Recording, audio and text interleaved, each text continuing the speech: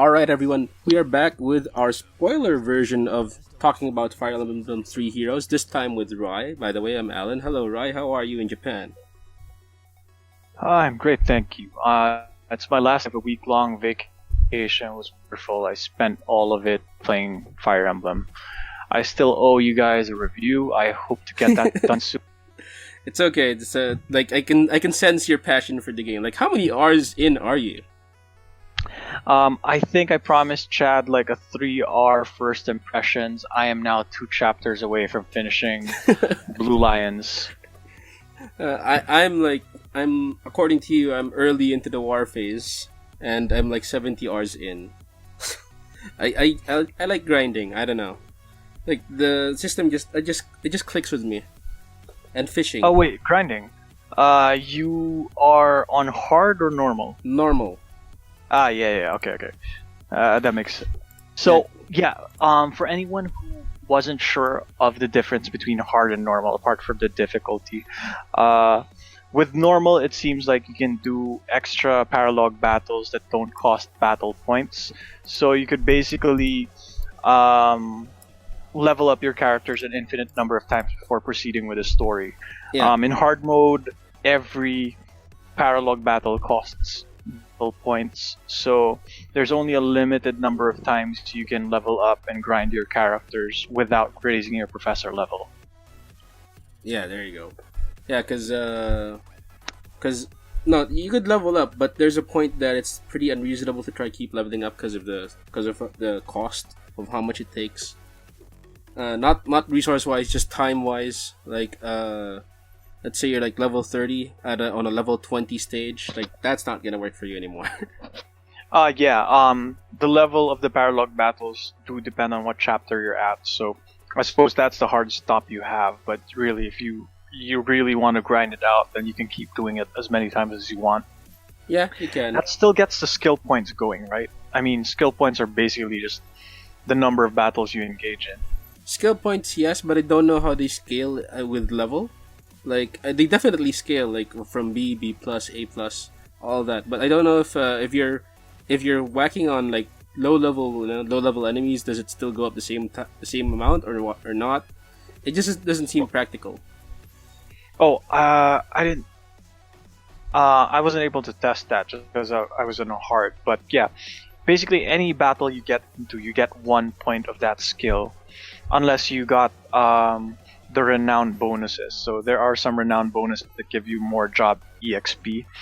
So instead of 1, you make 2, so you basically double the speed of your grinding that way. Oh, I thought those were skill bonuses. So they're just X bonuses lang pala. Okay. All right. Anyway, so Fire Emblem 3 Houses. You've played Fire Emblem a bunch of times before. You've played other titles before. What do you think kind of sticks this story out differently from other Fire Emblem titles? I've had quite a history with Fire Emblem. I played both of the first English titles for the Game Boy Advance. So that was Blazing Blade and God, what was the other one? It was with Roy and the kids of Elliewood, Hector, everyone. Mm-hmm. I don't remember finishing that. I played Awakening. I played Fates and Echoes. So as far as differences go, I do believe Three Houses focused a lot more on story. Let's see. No, I would say how I describe it would be like it's everything Fates was supposed to be. Everything but Fates was better. supposed to be. Wow, that's quite a statement. No, because if you think about it, like Three Houses has the three roots thing going on. Mm-hmm. This is one of the ideas introduced by Fates, a faction system. But I think Fates messed that up by having each faction sold as a different game. Okay. Also, story-wise, the stakes just weren't there. You kind of understand that they wanted to tell a darker, more somber story with Fates, where you're like Corrin would be pit against one of his families, either his adopted family or his biological family. So, given that scenario, there is a lot of emotional drama that could be drawn from that, which I don't think Fates was able to execute that well. They also have a DLC story path, so far as I know. Yeah, that's like the ideal ending where, why not? Why not? Why can't we be friends? Okay. I did not get into that. I was still in the middle of finishing Birthright, but honestly, after Conquest, I got really bored of Birthright. Okay. So it's not really there for the replay value. Yeah. So compared to the other entries, I think Echoes had the other idea that Three Houses took from. Like, Echoes had a greater focus on a better story. Echoes had like one of the best stories of modern Fire Emblem releases. I think some things just suffered from it, like the mechanics were pared down. Unit management was a lot more pared down. Mhm. Since this was based on Fire Emblem Gaiden, one of the earlier Fire Emblem stories, one of the earlier Fire Emblem games. So I think Three Houses managed to find like the unit customization that Awakening and Fates had. Mm-hmm.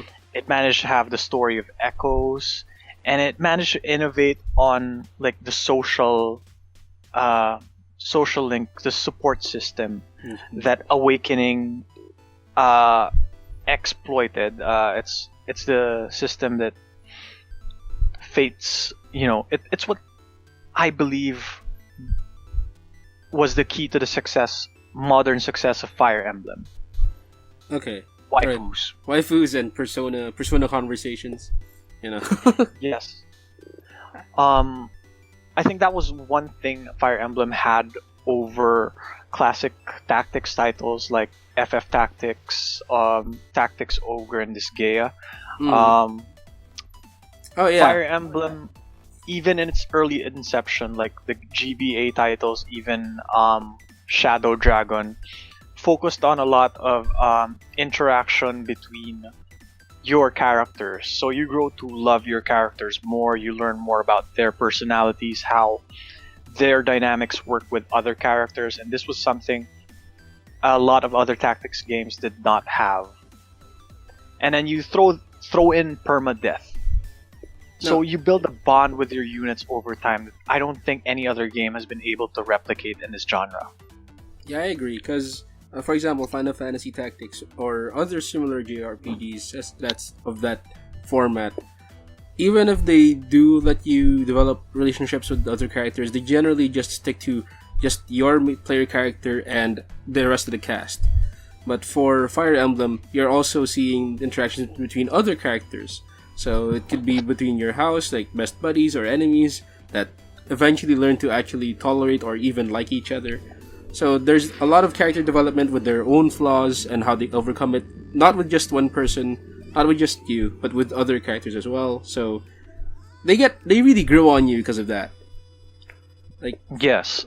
So that was what attracted me to Fire Emblem even early on. It was very endearing to me. Having like Lynn take care of Florina. Florina was this baby Pegasus Knight in the first Fire Emblem for the Game Boy Advance. It's like she was this little helpless girl. Lynn was her big sister. Running these support conversations. I tried my best to really build support between my characters just to see these stories. And this is what I loved about Awakening. Like, they doubled down on that mechanic, and I feel like that was also essential to the success of the franchise. Although if people bemoan, like, perhaps there's an overemphasis on that. There's an overemphasis on romance, pairing characters together at the cost of telling a good story, which is why a lot of people there's a lot of division in the fan base post Awakening, post Fates. I mean, I don't know. I mean, what is it the? Wouldn't the division be more about the ships themselves? I'm guessing because some people would want to pair up certain characters and others wouldn't like that combination.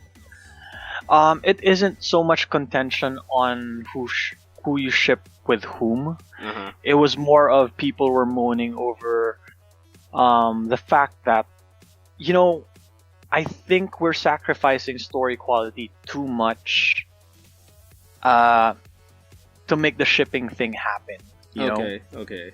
Like, okay, in Awakening we have time traveling children. I mean, it was cute the first time around, and then Fates came along, and then we had like hyperbolic time chambers where your main characters have kids, they put them in these time chambers, they age, they come out to join your army. Like, that's I think weird. That's weird. That is kind of what happened, though. Did you play Fates? No, this is my first Fire Emblem ever. Oh shit! Yeah. Yeah, that's the thing. Like, I should get into history here. As a long-time Fire Emblem fan, I believe there were two major eras to Fire Emblem. Okay. Basically, it was pre-awakening and post-awakening. Mm-hmm. So, pre-awakening, Fire Emblem was fairly standard. Very few shakeups really happened. You know, you knew what to expect out of a Fire Emblem game. Mm-hmm. It was a very, some people would say, simplistic approach to tactics games. Okay. Like, some people would say it's a Final Fantasy Tactics Light, actually. Well, I do see it that way, yes. That's one of the reasons I really enjoy Three Houses so far. I don't believe Three Houses actually qualifies as Final Fantasy Tactics Light. Really? Okay. Although I'll get into that later. So, yes, pre-awakening was a much more simpler time, you know. We had... You basically jump from battle to battle. That's it. Okay. Post-awakening, we had the world maps. You know, you could travel around the map, start chapters, start side battles to grind your characters. Castle breeding. And there was a heavier emphasis on support conversations. Mm-hmm.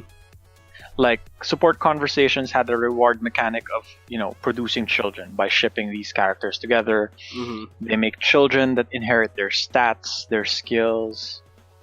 So they were basically super units. So I drew a lot of satisfaction from playing Awakening because I was basically performing eugenics there. Creating, like, the best hyper unit that can destroy everything in one turn. You will produce my super soldiers. Yeah, exactly. Like, okay, you two, kiss. Make me my super baby now. Okay. I think a lot of fans enjoyed Awakening for what it was at the time, but a lot of fans also grew concerned about its direction, especially when Fates came along. Like, okay, Fates, okay, new Fire Emblem. Turns out Awakening was not the last Fire Emblem after all, because it was supposed to be. Yeah, Chad did tell me that. It was supposed to be the last one, but it was such a big success that they didn't want to give it up anymore. Yes, so, you know, Awakening revitalizing Fire Emblem was something all the fans were happy about. But when Fates came along and they saw the baby mechanic happening again and the skinship thing and all of that, people were like, no, I want my anime medieval fantasy drama, not a dating simulator. Okay.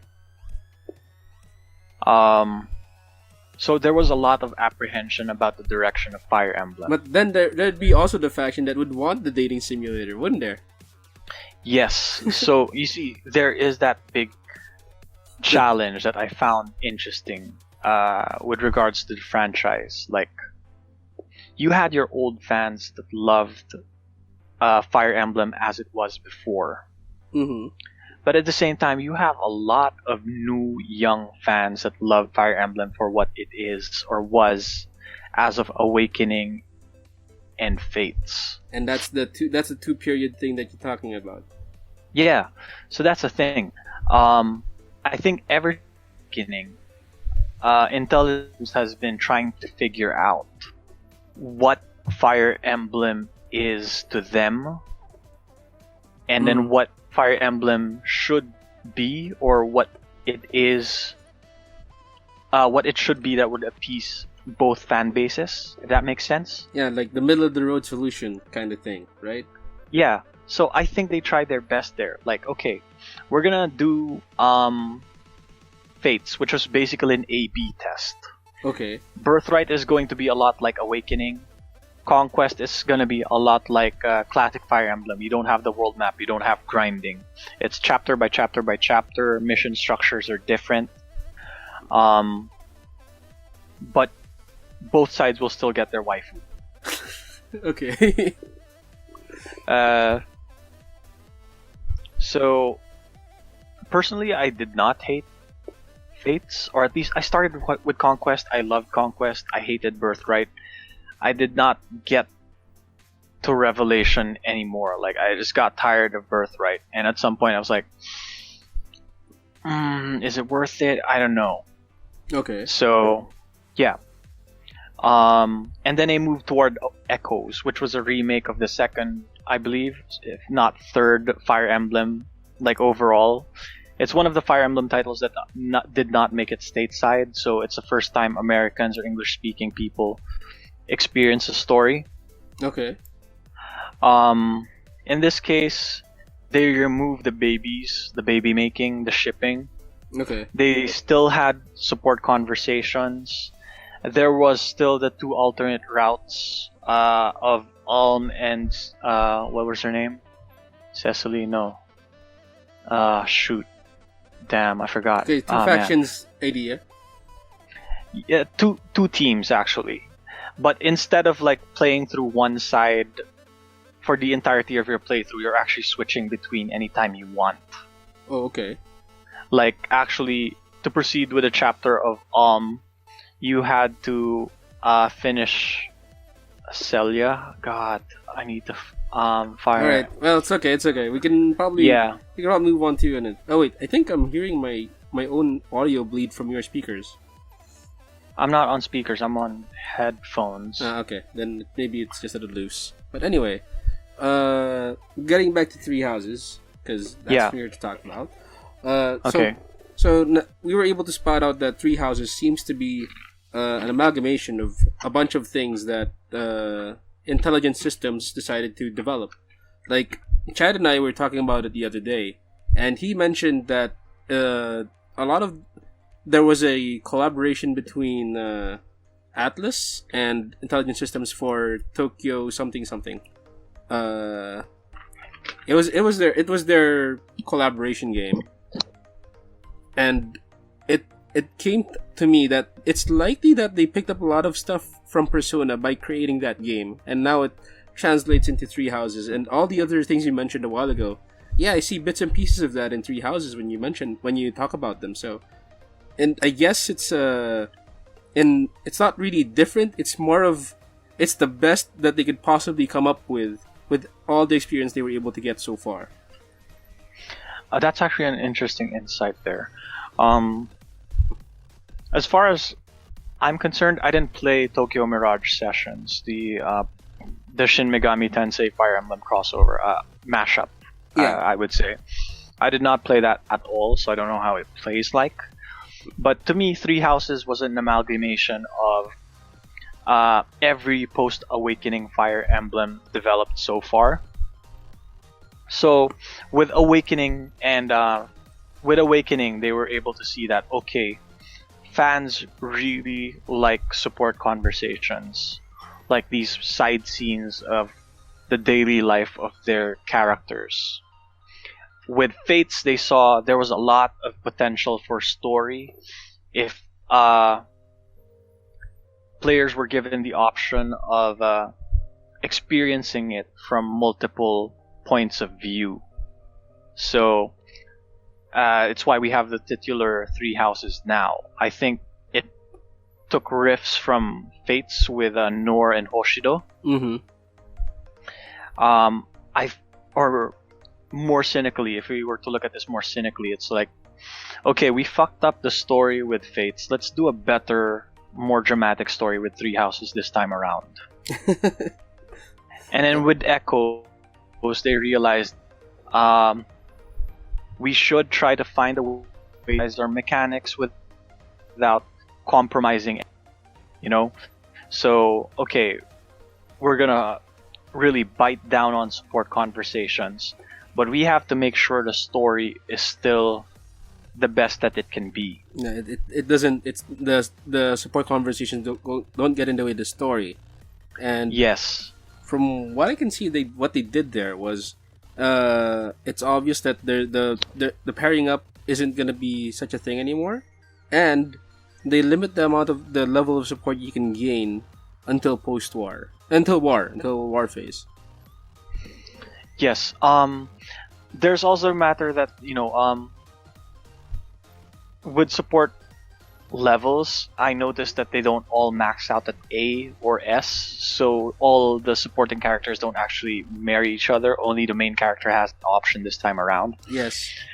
I think that was purposely made so they don't write themselves into a corner, so to speak. Like, if you're not opening marriage options for everyone, you have greater freedom in writing something more definite for your characters moving forward. All right. Well, yeah, I noticed things like that as well. What I would say is, some characters don't even have support conversations at all. I noticed that some professors don't have anything like that with certain characters. I think all the students do, but not all the professors have that. So, Yeah, that. Although, I don't know. I feel like maybe that was a lost opportunity. I don't see the harm in having more of those, but I'll see. So, like I said, I've only done one house so far, and I'm just almost done with it. I've yet to see everything. There could be reasons why some of these characters don't interact with these other characters, so I'll find out soon. okay. But yeah, moving back to the center, the main topic of it all, like you said, the whole Fire Emblem Three Houses taking cues from Persona is actually fascinating. Yes, because you're right. The story progresses on a calendar format where you do things week by week, not day by day. Yeah. I do feel like yes, they got that from Persona. Yeah, actually, yeah, that's what Chad and I mentioned. But so moving on from how Three Houses seems to be this interesting combination of experience from the developers. Let's look into the houses like themselves. You did mention that they have both like multiple perspectives. They have three varying perspectives. What kind of insight do you think you got from Blue Lions? Oh man. So when I started Fire Emblem, I was trying to decide which story to go for first. Oh god, we're gonna go there. Yeah, because like I was telling you guys, right? What I wanted to do was a no reload, no rewind, mm-hmm. and then all deaths are final. I commit to every permadeath. Okay. I wanted to run just like that. Uh-huh. Just because, I was telling myself, hey, I'm an expert now at this point. I can totally do this. Also, I just wanted to invest myself into that experience. Okay. Like, there was this one YouTuber, Etika, really enjoyed his shit. And recent suicide came up in the news. So that kind of bummed me out because really watching him do that was so entertaining for me that in his memory and I guess to experience it for myself, I wanted to do a run just like that. So I asked myself, so I asked myself, like, which story do I want to do? Based on the trailers, it seemed like the darkest timeline would be Dimitri, because in the trailers you see him go all dark and broody and like kill them all. So he seemed like a tragic hero. You know, Alright. like I had no idea how everyone else's story would go, but I'm like, yeah, if I'm gonna be miserable this run, let's go do the dark hero story. Uh-huh. So I went for Blue Lions. Currently, I have a love-hate relationship with Dimitri, Mm-hmm. just because he he starts out as this complete Boy Scout, Okay. and then turns complete edgelord in the war phase. So are you telling me that he turns from Robin to Batman? Something like that? Yeah, something like that. And the change is so jarring. It's kind of really bad. Like I mean, I understand the motivations. He's angry and shit over events that happened like prior to the story and then during. Mm-hmm.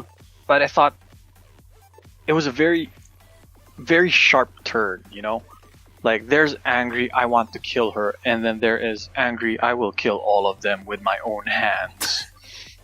Punished snake. And I don't care about my allies. They can die. Like, okay, you guys can march with me. I don't care if you live or die. I just want to kill that person.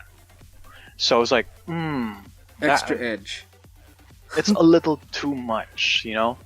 But later in the story, he does turn around, which actually does make it weird for me. Like, okay, he's suddenly a good guy again, and everyone's like, yes, we knew all along. We trust you because we're your friends. And yeah, I kind of hate it, but right now, Blue Lions is the only house I've played, and given a few other things that I'll share later, I am ride or die Blue Lions.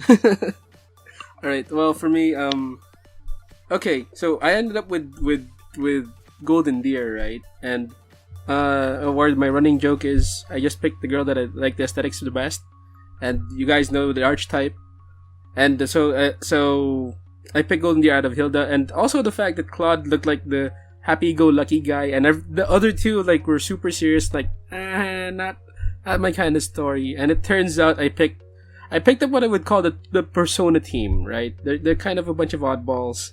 They have the most commoners. So the issue of nobles and commoners thing is more pronounced, I would say, and they're all more about their own personal issues about, like, for example, Ignat's not really being fit for the knight role but wanting to be a knight. One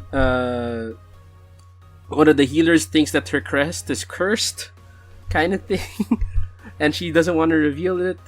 But in the end, I really do like the Golden Deer house, but they don't seem to be as invested about the entire war thing as you make the other characters sound. So I'm not sure, but I do like the characters. Yeah, I did notice that as well. Like, in the case of Blue Lions, the core conflict is largely between Fargus, which is the kingdom. It's Fargus, right? Yeah. Yeah. Yeah, the conflict is largely between the Adjestian Empire, which is the Black Eagles, and Fargus, which is the Blue Lions. So, like, a lot of the conflict is just that. And the Alliance, the Leicester Alliance, is kind of just in the peripheries. So I don't really get a good picture of what motivates Claude or his house or country at all. And I'm at the end and I'm still like, what the hell? I had a few run-ins with Claude and I still don't understand what he's really after. So it's very curious. No, I think Claude is more of the, if you want to get deep into the lore or something, because he not only investigates this church, he also investigates everybody. Like, he investigates even the relationship between the thing about Flane. Something's strange about Flane. What's up with her? So he tries to find out what's going on there, all that. So he gives a bit more of a intrigue dimension if you want to learn more about everything else. I think Golden Deer is your house. Also, if you like the Cethea, because she's the best. Like, I went in for Hilda, but I ended up like liking Cethea the best. That's interesting. Flane. Yeah, because that's the thing. Like, in Blue Lions, you get Flane. She was kidnapped by the Death Knight because her blood was important or something. Yeah. You don't actually get an explanation of why it's important when you're in the Blue Lion house. Okay. Wasn't it revealed by that mage guy that you kill when you go Super Saiyan? Like, her blood is capable of giving whoever wants to use it control over certain people, like, or people in Yeah, it was general. something like that. Yeah, yeah, that was the case. But after that, yeah, Flame kind of just fizzles out. Like she does absolutely nothing right after that. Yes, so far. Well, so far, oh man. So I am intrigued to see where that was supposed to go. If it was meant to go anywhere, I would Mhm. be very disappointed if it doesn't. I think you should be ready to be disappointed considering where you're going and you're already at the last. Well, yeah, but that's the thing, right? That's a great thing about the structure here. You actually get the full picture of the world once you play the all three houses. Like I think that was the point. The same way Fates did it their way, where you get the whole picture only after you play both sides, and the third route after that. So despite like sinking in like 80 hours into this game already, Mm-hmm. as soon as I finish Blue Lions tonight, I'm probably picking up Golden Deer here like tonight. No Okay. question. Okay. Like I just want to know, right? Because on my side of the story, they've told me a few things about Edelgard, her history, and so on. And I would like to play Black Eagles just to find out more. But like, as far as I've been told, there are 2 routes for Black Eagles, and I don't want to do 2 Black Eagle runs in a row. So I'm probably going to start with Golden Deer after this Okay. one. Well, okay. Since we're already going into the what exactly is going on in the world, like, what do you think is the central theme that's happening in the stories of each character, or maybe the overall arc of Fire Emblem Three Houses? Yeah. Generally, the thing with the characters with 3 houses now is everyone seems to be a victim of their circumstances. Like everyone is suffering from the circumstances they've been thrust into. So in Dimitri's case, it's the whole Batman thing. You don't see this in the game, but it's shown to you through conversation that something very bad happened. His family was basically massacred, supposedly by the Dusker people, which was this people from a small nation not too far away from the kingdom. They were pinned for the murder of his family. Okay. But what Dimitri saw firsthand was very different. So he doesn't really tell you what he saw that day. It's just that whatever he saw that day has been his driving motivation for his entire life. He wants to find revenge, and then he wants to clear the Dusker people's name after that. Okay. You know, because it's hinted that the Dusker were not involved, or at least not a large number of them. They were essentially framed by someone. There's a larger conspiracy that set out to kill the royal family for one reason or another. So, Dimitri as a character was defined by his need to seek vengeance. It's honestly not the most interesting story of Blue Lions. Okay. I found several other characters more interesting, and I think it does line up very neatly with this theoretical theme I had in mind. Like Ingrid, for example. Ingrid was supposed to be betrothed, engaged to one of the knights, Felix's older brother, Glenn. Okay. But Glenn died during the massacre. Alright. So she suddenly, She say, was a wife widowed. to be, but yeah, suddenly widowed. Okay. Yeah, she's kind of a widow in this case. Now, she comes from a not very rich house, and she bears a crest. So her family feels that she has to marry into a larger noble family. So she's been dealing with a lot of arranged marriage proposals from her father, ones that she does really not want to be a part of. Okay. More than anything, she wants to be a knight. But she Mhm. understands her circumstances just don't work that way. So same story with Mercedes. She has a crest, so she has obligations to marry up because she's also from a poor family. Uh, Actually, Mercedes was not that interesting for me.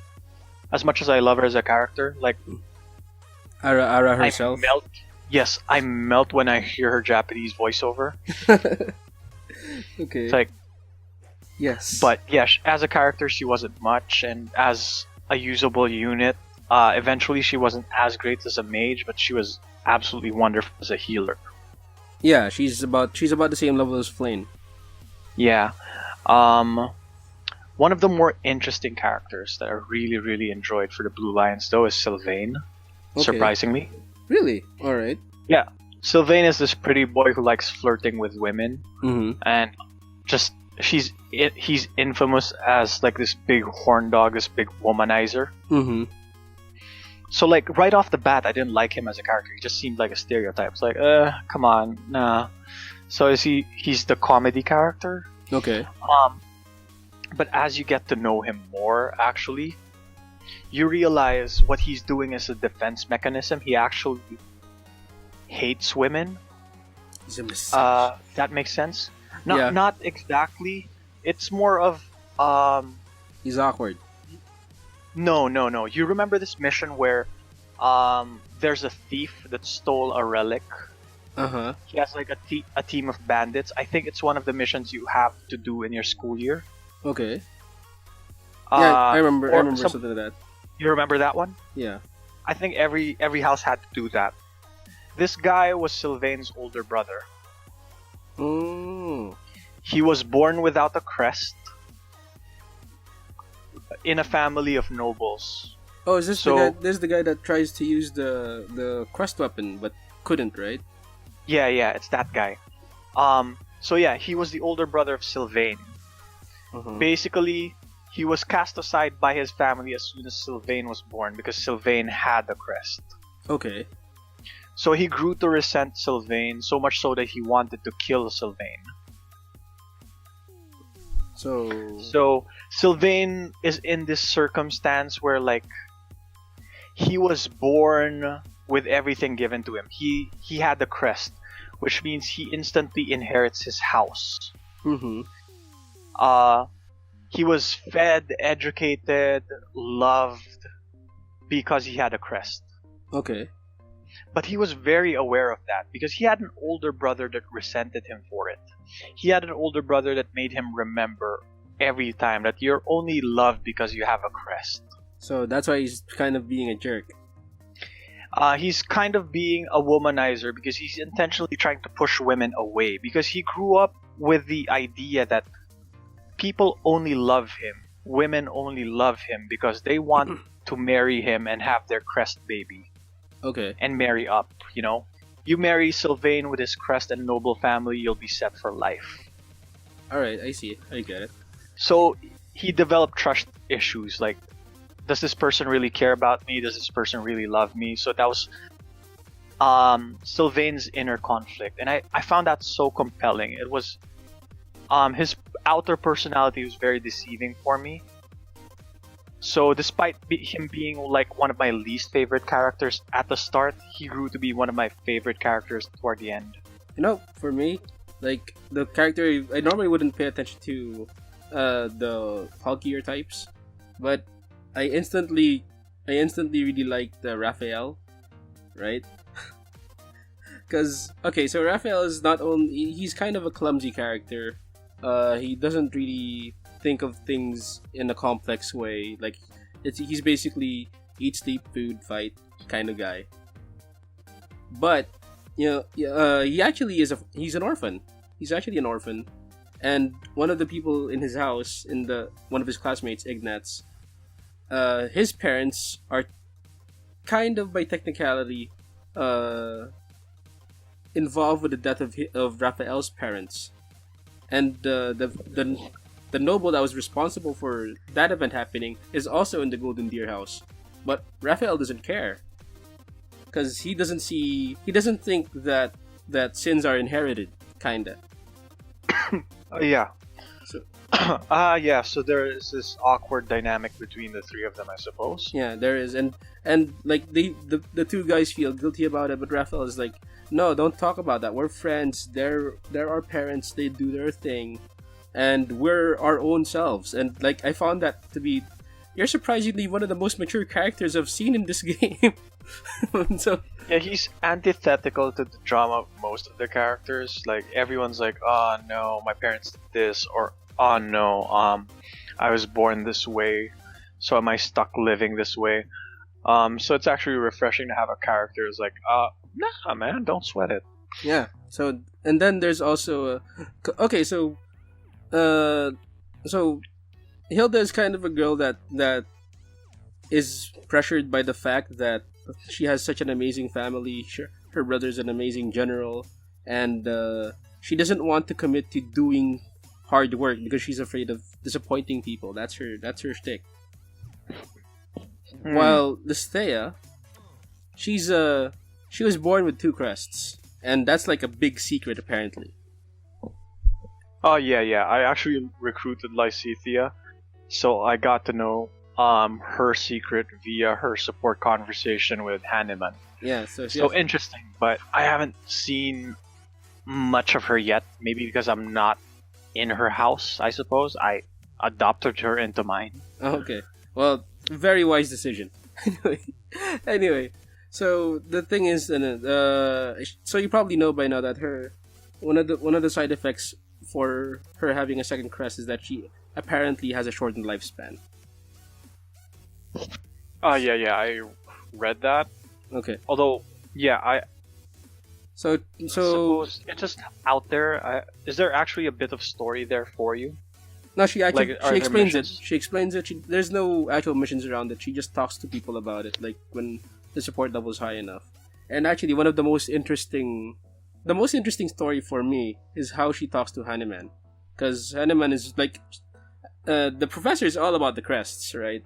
And she hates it. She hates the fact that the crests are affecting her life so much. So, what from studying how the crests work and how great they are, Hanneman changes his tone, realizing the state or the problem that Listea has to seeing how he can reduce the effect of the crest on her life. Right. So anyway, what I liked about Listea is that she just instead of crying about her circumstances, she's trying to make the most out of it, because that's why she's always working hard. That's why she's a prodigy. That's why she has that skill that makes her learn skills really, really fast. Yeah. My takeaway with Lysithea was a lot more. Yeah, she was an interesting character. Like, at first, you do think of her as a Mary Sue. Like, she's supposed to be 2 years younger than everyone, but she's like super talented as a student. Yeah. So like, it was so Mary Sue-ish, where at first I was like, I mean, she's supposed to be a good unit. I like her design, but I can't get behind that archetype. Uh-huh. But yeah, she's like, oh no, I'm only this good because I work hard, she says, you know. She's very self-aware of what she is. It's basically, it seems like the archetype just winking back at you is like, yeah, I'm good. And she has good reason behind it, so I see Yeah, that. no, I mean, normally with Mary Sue's, there's no real good reason why they're good at everything. Mm-hmm. In Fire Emblem, I thought with Lysithea, I thought it was interesting where they were trying to say, oh, she's very good because she has 2 crests, but no, she's like, no, hell no. Yeah. Like, I'm doing this on my own.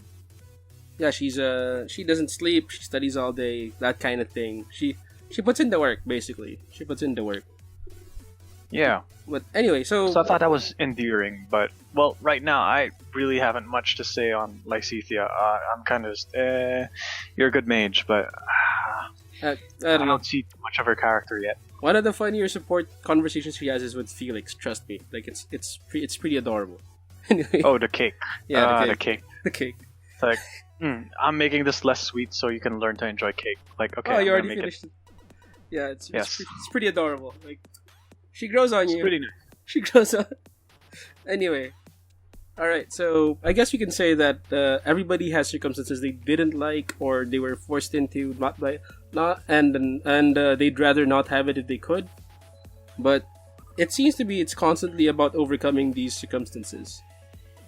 Yeah, I mean, all that seems to be the overarching theme for each of these characters. Like, okay, my life kind of sucks. I kind of want to do this other thing. So you see that in a smaller conversations between characters. You also see that in a bigger arcing story, larger overarching story, where but Dimitri is like, I'm a victim of this tragedy. We need to move forward for, Dimitri's like, Batman, I must avenge my family. But he goes on this redemption arc later on where he eventually grows to become the king everyone wants him to be. Edelgard, from what I see, unfortunately I haven't played Black Eagles, is like, fuck this system of oppression established by the church. I will make my empire and rebuild the world in the free world image that I see it as. Okay. Is how I understand her story. I have heard some spoilers from friends, but until I play it for myself, I'm not entirely sure how far it goes. Because currently I am ride or die for Blue Eagles, Blue Lions, just because I think Edel is a homicidal fascist. Maybe she is. Like, alright, all three houses, the house leaders, they're all up against, they don't like the status quo. They all have their own ways of solving the problem per se. Where the joke meme is, if there were 6 people and 4 chairs, Claude would find 2 more chairs. Dimitri would say nobody will sit down. And Edelgard would say, oh, just kill 2 people. so I think that sums it up pretty nicely. Yeah, it would. See, I had this funny, not funny, I had this very memorable experience involving Edelgard, which just permanently brands her as a bastard, pretty much. Okay. In my mind, like I said, I don't love Dimitri, but after seeing Edelgard, I'm like, yeah, Blue Lions for life. Okay. So what happened? Yeah.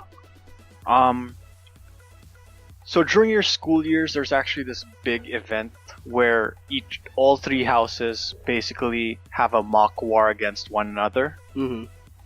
5 years after that, a war breaks out where the 3 houses are actually fighting each other for real already. So there will be a climactic battle between the 3 houses on the same field they had their mock battle, and this is the first time they all see each other again after the time skip. So it's very dramatic. And whoever you did not steal away from the other houses, you will very likely be fighting in this battle. Okay. Now, I didn't care about recruiting anyone too much. Like, I was very satisfied with my lineup, and I thought the idea of just having to switch characters around would be too much trouble, like budgeting experience points and all that. So yeah, I neglected to recruit a lot of characters. Now, in the middle of this battlefield, there was this ballista. Long-range ballista. Could basically kill you from like 10 spaces? 8 cells away, yeah. So it's very dangerous. But the person manning this ballista was Bernadetta from Black Eagles, this cute introverted girl that never leaves her room. Yeah, the shut-in. Yeah, so I don't know, I didn't really get to know her, because she wasn't my house and I wasn't too interested in poaching anyone really. But I didn't want to kill her. I did, over the course of the first part of the game, I did make it a habit to talk to everyone whenever I was in the school. So I had some idea of who she was. She was part of my daily routine. So I'm like, if I don't have to kill her, I won't. if I don't have to kill any of my former students, I won't. Okay, yeah, I would be of the same position, of course. Yeah. So I formulated a strategy of moving north because Edelgard's base was in the northwest part of the map. Claude's army was in the southern part, and I was coming from the eastern part. So if I made a beeline north, I would not have to deal with Claude's army until I had to. I would just go straight for Edelgard and then figure out how to go after Claude next. Mm-hmm. Like, I made it a point to keep away from Bernadetta's attack range. Alright, and keep away from Bernadetta. So you're hugging the wall, per se. Yeah, I was basically doing that. Now, as I was approaching Edelgard, Claude actually flies past everyone because he's a Dragon Knight. Mm-hmm. Lands on where Bernadetta is, manages to land the hit, so he damages Bernadetta a little. So, next turn, Edelgard says, okay, let's set off the trap right now. I'm like, what trap? Oh. Bernadetta's ballista sits on a wooden platform. Mm-hmm. Now, Edelgard's plan was as soon as any unit steps on there, she sets fire to it. Like, oh no. The floor will cause fire every turn for any units sitting there unless you're a flying type. Oh no, poor Bernadetta. Oh no. And Bernadetta was there, Claude was flying. So Claude doesn't get burned. Yeah, and this fire, for some reason or another, I don't know how it happened. I wasn't paying full attention at the time. Okay. Because I know floor damage doesn't kill you, it just drops you to 1, I think, if I remember correctly. It has to be a direct attack for a kill. Yeah. Yeah, but whatever happened, it killed Bernadetta. No. I'm like, shit. Did that just happen? I was so taken by surprise. Yeah, like, Bernadetta says this thing like, I don't want to die here, and then she dies. And then Edelgard says, your sacrifice will be remembered. I'm like, wait, did Edelgard just kill her own unit? I mean, it was probably an AI bug. But... probably not, because if it were strictly I think it was intentional, just because they could have made the code like set fire to the stage if Bernadetta is killed. No, they made it set fire to that stage if any unit steps on it. Regardless if Bernadetta is killed or not. Yeah, I mean, it's not really a hard coded part of the story. It's a scene that could happen given the right set of circumstances. And in my case, it happened. It took me by surprise. And from that moment, yeah, I decided, yeah, Edelgard is heartless. She is evil and she must be killed. Alright. Blue Lions for life. Like, well, I guess that would be your most shocking point of the game, because that was my Luca Blight moment, man. Like, there are not a lot of video game moments for me that elicit emotion. Yeah, at all. Like, especially since we play so much of them, yeah. Yeah, like, for me, I only have a few moments I can count by hand that elicit any real sense of emotion, I suppose. One of them being like the first 10 seconds of Chrono Trigger, like the map panning over the continent, balloons popping. I don't know. Chrono Trigger was a very big part of my early life, so anytime I see or hear those sound effects, there's just a sense of joy for me in there. What other thing? Jowie and Ryo's final showdown at the waterfall at Suikoden 2. Oh wow. Yeah, okay. Like, you take yeah, me back. that one. So that one definitely. I would say Suikoden 3's final twist was also something for me, but to a lesser degree, I suppose. Okay. Yeah, things like those. You know, there are very few moments like those that elicit emotion from me, and this was one of them. Okay. And the funny thing it wasn't scripted at all. You know, Yeah, that makes it special. That makes it special. yeah, it was very special. It was very personal to me. And this was not even a character I loved too much. I mean, I barely knew her. Right. Which brings me to that thing, right? I told you, like, I wanted my run to be a no. I wanted it to be a commit run. Like, if one of my characters die, so be it. Okay. Well, for me, I guess my yeah, I guess my big no, my moment isn't anything like that, like unexpected, or at least it was unexpected for me because it was still just a story scene. Yeah. So I was looking at Gerald and I'm like, yeah, you're Mufasa, you're gonna die. Like every time I look at him, you're definitely gonna die. And then it happens, right? Finally gets killed, and I was thinking, wait a minute, you got Divine Pulse, and it actually activates. Oh, the writers thought about it, and so you try to prevent the murder, but it still pushes through. And like, what? That's not fair. So and the fact that they considered that the mechanic and played it in such a way that no, he's really gonna die. It was cemented his death for me, and that was a blow. And the double whammy was the chapter right after that. You lose Sothis. Well, technically you lose Sothis. So yeah, that was kind of like, man, okay, things are going down for real, and those were kind of like big moments for me. Actually, I like that moment. I wasn't too sad by that just because Fire Emblem does have that tradition. Like every Fire Emblem I've played would have one older character that would have to die. Okay. It just happens for every Fire Emblem, so I was expecting this. I appreciated that one scene just because it acknowledges that Divine Pulse does exist as a mechanic. Uh-huh. Because I'm trying to remember Fire Emblem Echoes. It does have that same feature. I think it was introduced in Echoes, but I don't quite recall it being integrated to the story the same way it is here in Three Houses. So I thought, good job remembering that. Good job tying that into the story. As far as sadness goes, not really. And I thought that scene with Sothis was more of a triumphant scene, really, than a sad one. Uh-huh. If that makes sense.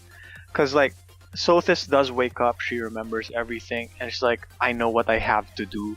And it's a happy ending for her and Byleth, I feel like, anyway. I mean, I think it was sadder for me, like, after that chapter, where Byleth wakes up and he's like, oh, right, Sothis isn't here anymore, which was kind of lonely. Yeah, actually, like, because there's no commentary anymore, so it does feel a little more lonely. That, when that was happening, I had this thought in my head where I'm like, would this have happened if it were Navi from Ocarina of Time?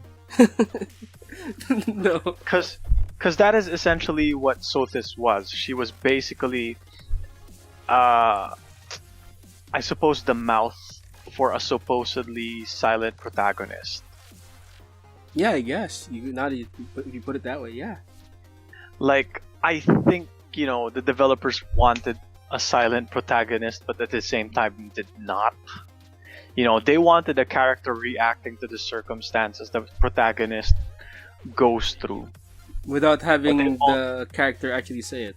Okay. Yes, that was basically what Navi was. That was basically what Midna was.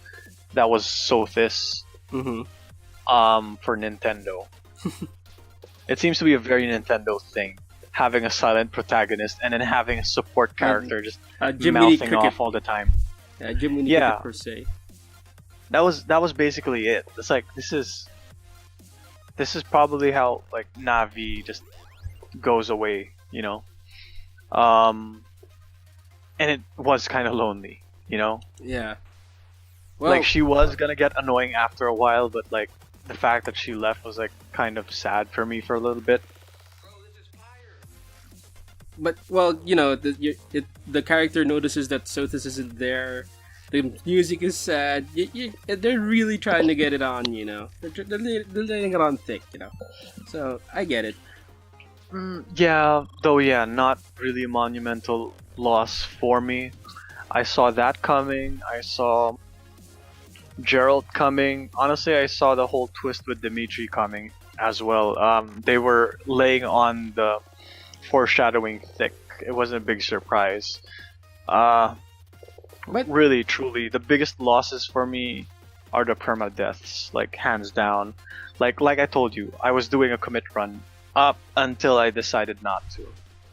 Like at some point, I think I got Felix killed, and I was like, oh no, no, no, no. Felix is a good boy. Felix is an asshole, but I need him. And he died on a paralogue of all things, like a non-essential bandit hunt, basically. Oh wow. I was just trying to grind them. I get him killed there. I was like, no. This is stupid. This is not where you die. So yeah, that is where I broke my Divine Pulse promise, and ever since then I have been save scumming and rewinding to my heart's content. Okay.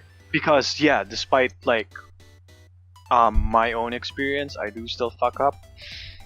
And I have been fucking up more toward the middle and late part of the game. So really, if I kept it up, I would have lost so many. half my units. Yeah. Well, you know, you're getting to the latter part of the game, so it's getting much more difficult. But anyway, I guess, you know, when you think about it, you keep saying that, you know what, all these things, they're not really a surprise. The developments of the characters not really a surprise. But despite that, we still enjoy it. We still like them very much. Why do you think that is? Well, it's the same thing as I said earlier. I guess if you compare it to any other piece of literature, perhaps Game of Thrones or something, the politics aren't all that nuanced. Mm-hmm. Like honestly, this is junk food level fantasy. This is YA level fantasy. These characters aren't the most complex characters in the world. Of course. But they have just enough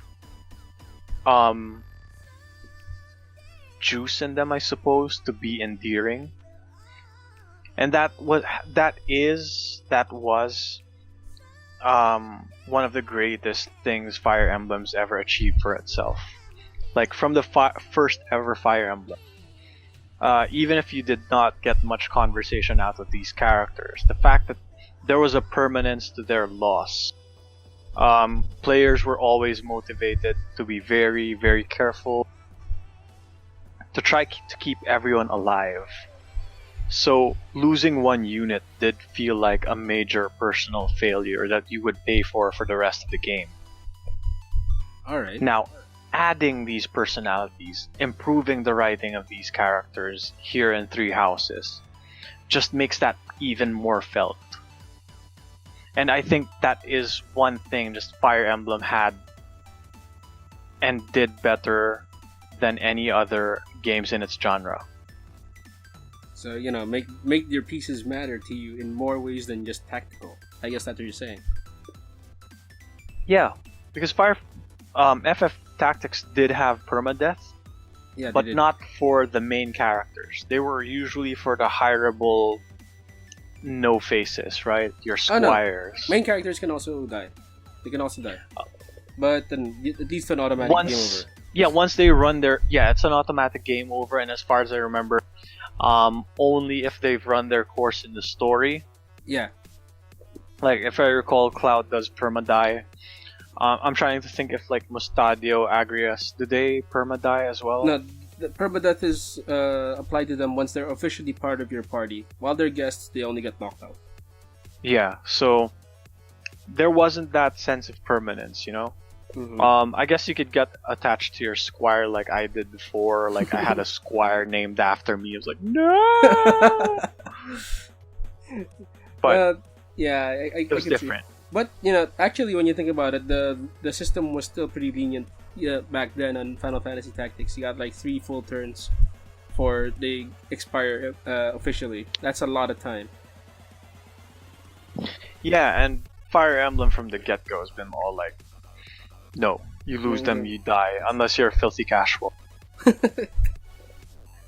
Oh, anyway, well, looks like we've gotten to the end of the podcast. I would say that this is my first Fire Emblem game, and honestly, it's the closest I've gotten to a experience that I enjoyed Final Fantasy Tactics 2. And even though the characters are pretty much stereotypes, most of them they follow a very straight story. I think it's because they're woven in pretty well. So the overall execution of the story, along with how it implements its mechanics alongside them, is really what makes Fire Emblem really engaging for me. Because I just keep coming back for more, and that's pretty rare for me. I wouldn't say it's a stereotype. What would be the term for it? Like, there are, I suppose, a lot of stories are pretty much similar to one another. Like, you can take this story A, it would be structured a lot like story B. I think Fire Emblem did follow a very familiar story structure. But the way they wrote everything, the amount of care they put into, let's say, the characters, the personality they put into the characters, despite them not being the deepest characters ever, there was enough to work, So it's not by any means a cliche or a stereotype. It wasn't revolutionary either, though, but whatever they did put together did the job. They were memorable, they were relatable, and you could really empathize for a lot of them, And probably that was probably their objective, considering you're watching them grow, you're watching their stories go pass or progress, So I guess making them relatable or somebody you can project yourself into. Stuff like that. That would be the paramount thing that they were after. I don't believe they were maybe trying that. I think that was absolutely the goal. I think that was absolutely what Fire Emblem needed to be in the modern age. Classic Fire Emblem, like I said, leaned into that, and then later Fire Emblem games like Awakening and Fates doubled down on supports, so players would actually bond with these characters more. And really, that's what you want Fire Emblem to do. You want your players to care and love their characters, so that when they inevitably die, it crushes your soul. Are you telling people that they should play Fire Emblem or not? People play Dark Souls. I don't know. Play Fire Emblem, it'll crush your soul. I mean, people play Dark Souls, and it's supposed to be like frustratingly hard, and like. All right. Come on. You're gonna see characters you love that may die because of your own bad decisions. Yeah, this is like. It's the Dark Souls of SRPGs. It's the Dark Souls of waifu. I don't know. Whatever. All right. Well, anyway, looks like that's that's all the time you've got. You got work tomorrow, and it's pretty late. Yeah. No, it's fine. I had a week off. It's been great. Right. So I'm pretty charged. I'm ready to go. I'm gonna spend the next few hours playing the last few hours of Blue Lions, and then all right. Well, I'll see how far I can get this time around. Because I have a routine now in the game that I and if it's not if the requirements aren't met, I don't want to proceed. I got that thing going on. Anyway, for those who are listening up to this point, thank you so much for joining our conversation. I hope that you enjoyed what we had to say, and well, that's about it. If you want to see our other content, you can visit our site, RayMaruFiles.com. We also have a YouTube channel, Raymaru Files. We also have an Instagram. All of the links will be down below. we need to rest. We also need to get back to Fire Emblem. It has taken over our lives. So we're gonna go now. Thank you so much for listening. Please send help. Okay.